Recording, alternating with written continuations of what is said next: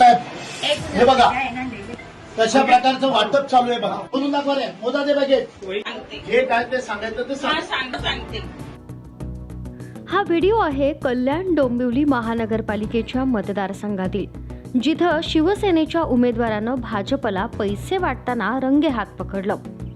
कल्याण डोंबिवली महापालिकेत निवडणूक प्रचार सुरू असतानाच भाजपच्या उमेदवारांकडून मतदारांना पैशांची पाकिटं वाटली जात असल्याचा प्रकार उघड झाला.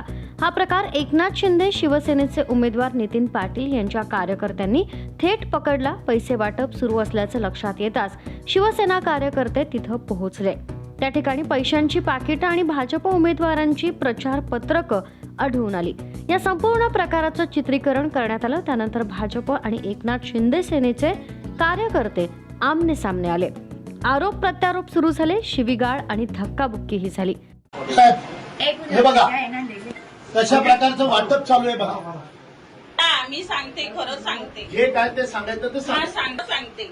मी तिकडे ह्याच्यामध्ये कामाला तिथले हे पैसे माझे आणि हे सगळं माझं आहे. सगळे मोजा ते व्हाईट पॅकेट आणि खोलून दाखवा रे. मोजा ते पॅकेट. हा आता तर तुम्ही सांगितले बरं. हे राहतात कोणाकडे माहिती का? विशू पेंडेकरचे कार्यकर्ते. कोणाचे कार्यकर्ते आहेत तुम्ही? पेंडेकर हे बाबा. घटनेची माहिती मिळताच पोलीस आणि निवडणूक आयोगाचं पथक घटनास्थळी दाखल झालं. या पथकानं सुमारे 15 ते 20 पैशांची पाकिटं ताब्यात घेतली. प्रत्येक पाकिटात 3,000 रुपये असून एकूण सुमारे 80,000 रुपये जप्त करण्यात आले. या प्रकरणी एका महिलेसह तिघांना ताब्यात घेण्यात आलं. यानंतर एकनाथ शिंदे शिवसेनेचे उमेदवार नितीन पाटील यांनी आक्रमक भूमिका घेत भाजप पोलिसांवर दबाव टाकत असल्याचा आरोप केला. घटनास्थळीच पंचनामा करण्याची मागणी करत घराबाहेर ठिय्या आंदोलन सुरू करण्यात आलं. प्रशासनाची दडपशाही कशा प्रकारे असते? मी त्यांना म्हटलं पंचनामा इथेच करा. ते म्हणतात पोलीस स्टेशनला. कोणता कायदा आहे? पंचनामा स्पॉटला होईल की पोलीस स्टेशनला होईल? वरनं त्यांना फोन आले. हा बीजेपीचे पदाधिकारी आले. मोठे मोठे पदाधिकारी ते आले.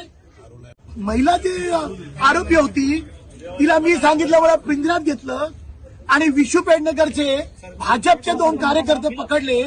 त्यांना पळवण्याचा प्रयत्न का? बराच वेळ ठिय्या आंदोलन सुरू होतं. त्यामुळे परिसरात तणावाचं वातावरण निर्माण झालं.